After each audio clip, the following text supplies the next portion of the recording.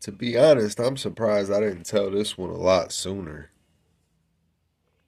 Um, I was destined to go to jail. I was what somebody would call a jailbird. I mean, I was I was a bad kid. I'll tell you, I was not a product of my environment. I was just naturally bad. And the thing about growing up in the ghetto is you meet a lot of other kids that are the exact same way. And one of those kids for me was a kid named Mikey Jaso. And shit, I think I met him in the third grade. It was the third grade. I was born on the north end of Toledo. And I lived over there until I was 13 years old. Until my biological grandfather, who I was living with at the time, he passed away. That's when I moved back in with my biological grandmother and her husband, my other grandfather.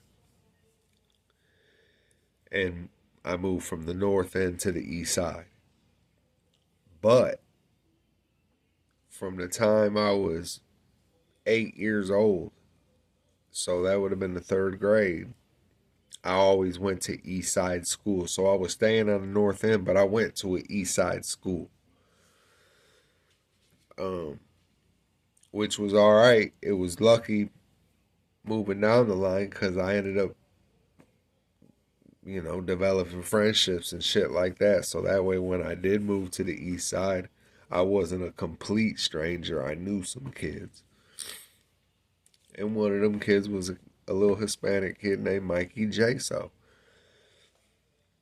And I only knew him at school when I was still living on the north end. But when I moved to the east side, I used to have a crush. He had a sister. Her name was Angela. And I used to be in love with that girl. And there was a couple times me and him at our cliques, and played football in the park or played some ball in the park and or smoked out in the park a little later on. Shit like that. Me and him always maintained a friendship. I just always when I was still living on the north end going to east side schools, he was one of the first kids who kind of accepted me and brought me in, and he was a good dude. Our juvenile system back then was fucked up. This is the early 90s. And our juvenile county jail was called CSI. And it stood for the Children's Study Institute. And it was abuse. It was militant and it was abusive. They put their hands on you. They'd fuck you up. It was bad in there. I mean, it was really bad. It wasn't the first. It was maybe, yeah, it wasn't the first time. Maybe the second time I had ever went there. I caught so what happened was just a real update, quick update. When I was 13, I got into a car that was stolen with a couple friends of mine. We went joyriding, ended up getting knocked by the police. We all equally got charged with grand theft auto. I ended up getting put on juvenile probation, and we all had to work restitution and pay equal shares for the damage we did to the car because we totaled it. I ended up being on that juvenile probation all the way up till I was 18 years old. I told you I was just a knucklehead. I was stupid. I was in and out of the CSI. But this was early on into it. But I ended up doing my first bit out of this. It was my only juvenile bit where I got shipped off. I did a year. But while I was in CSI, Mikey was in CSI. And he had a felony case. And he was supposed to be getting shipped off.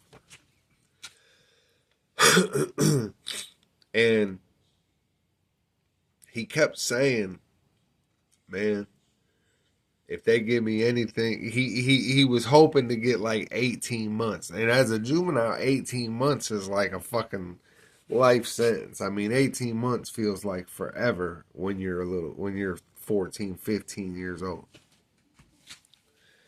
And he kept saying, man, if they give me any more than that, I'm getting out of here. I'm getting out of here. I'm a kid. So I don't even really understand the extent of what he's saying. It's really going in one ear and out the other. It's not registering. We're kind of just like, yeah, all right. We're laughing at shit. All right. And I believe he had a huge dope case.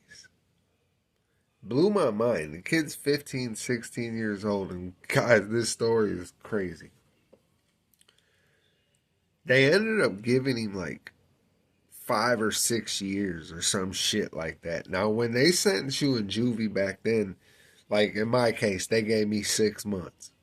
But every case is the same. They'll give you 6 months until the age of 21. In his case, they gave him 5 or 6 years, 5 years, 5 or 6, to the age of 21. And he wasn't in the same block as mine, but he was a porter. He was called he did the bundle rolls. He did laundry. And we didn't know why, but there was a couple of COs there that were drug addicts. And money talks, bullshit walks. We just didn't know Mikey Jaso's family or his mom was the man. And he was getting it like that at 16. Had no clue. He had pole, we didn't know. So I come out to that. He gets me out to help him one night. And I'm out there helping him, and he pulls this plastic bag. Well, mind you, I'm 15 years old. I'm in juvie. About to get sent off. I've never even seen cocaine at this time. He pulls out this plastic bag, and inside there's just it was huge. It was just looked like a big ass chunk of drywall. But then there was a balled up baggie inside there that had dope in it at one point. He hands that to me, and he tells me, dude, look the inside of it. And I do, and my whole fucking head starts buzzing. My whole head's numb. And he breaks off a chunk, bags it up, tells me, give that to John. There was another kid in there we went to school with named John Zimmerman. And me and him was always on and off. Me and John to be friends, fighting one day, friends fighting the next. It was always on and off our whole childhood. But at this particular time, we was getting along, and Mikey broke me off a chunk of this cocaine, bagged it up, handed it to me, tells me, give this to John. And then he asked me, do you want some? And I'm like, hell no. I had never touched it. I wasn't even on selling it. I'm in juvie. I'm fixing to get shipped off. I'm good. The last thing I need is to get in that type of trouble is how I was,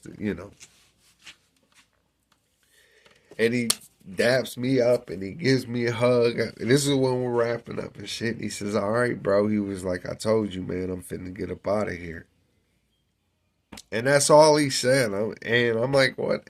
And I didn't try to pick his brain. We were getting rushed off. I didn't have time to even ask him or follow up anyway. So let me rewind. This is what had happened, and it had already been in the works from the beginning. Him and his mom conjured up a plan that if he was to get more than 18 months, what happened was she cooked tamales under the guise of she was donating them to the whole entire boys' floor, right? So all these donated tamales come up and they let them come in. Inside a certain pan of those tamales was a whole bunch of cocaine. And you can Google this. This is, or I don't know if you can Google it. You had to go into the archives. His name was Mikey J. So it was at the Children's Study Institute in Toledo, Ohio, 95. And the main CO, it was Mr. Jefferson, Mr. Moorhead, and there was a few of them. But anyway, he paid them like, and she moved cash. And he paid each one of them COs like 2,500 in cash and a couple ounces of cocaine a piece. And they gave him a window crank. It was an old school window where you had to get one of them cranks. And then it cranked open. And they gave him, and he paid him in dope and cash. And he came out to do blankets at the midnight shift. Cranked that window, hopped out, got his ride, banged out to Texas. Now, I go off and do my time. I'm shocked. The next morning, the whole CSI is on lockdown. He went. And I didn't have nothing to compare it to. I'm just starting to do time. Like, this shit was amazing to me. He became my fucking hero. So I go off and I do my time, and I end up doing a year on mine. I come home, I'm out for like a year and some change, end up going back, doing my first bit. As I'm coming through CRC, they had just finally caught him. He was on the run in Texas. I believe it was Laredo. I could be wrong. And after like damn near 3 years, they finally catch him and extradite him back to Ohio. They give him his little time, whatever he had to do. I believe it was the same 5. I could be wrong. I don't remember. But it wasn't long. It wasn't much longer than 5, if that. And so I see him. I'm coming through CRC. At CRC, you can't just run up and start chopping it up. But we seen each other, and that we would acknowledge each other and shit like that. And then I went into my bit, and he went off into his bit, and you know, you're locked up with dudes, and you're keeping tabs and shit. And then, long story short, 10 days before he was supposed to go home, he kills himself because he finds out his father's sleeping with his baby's mother. And I remember when my new bubby told me that shit, man. I just sat I just sat there just stuck. Just stuck. This kid broke out of jail when he was 16, man. Went on the run to Texas at 16 and stayed on the run for 3 years. Had a baby.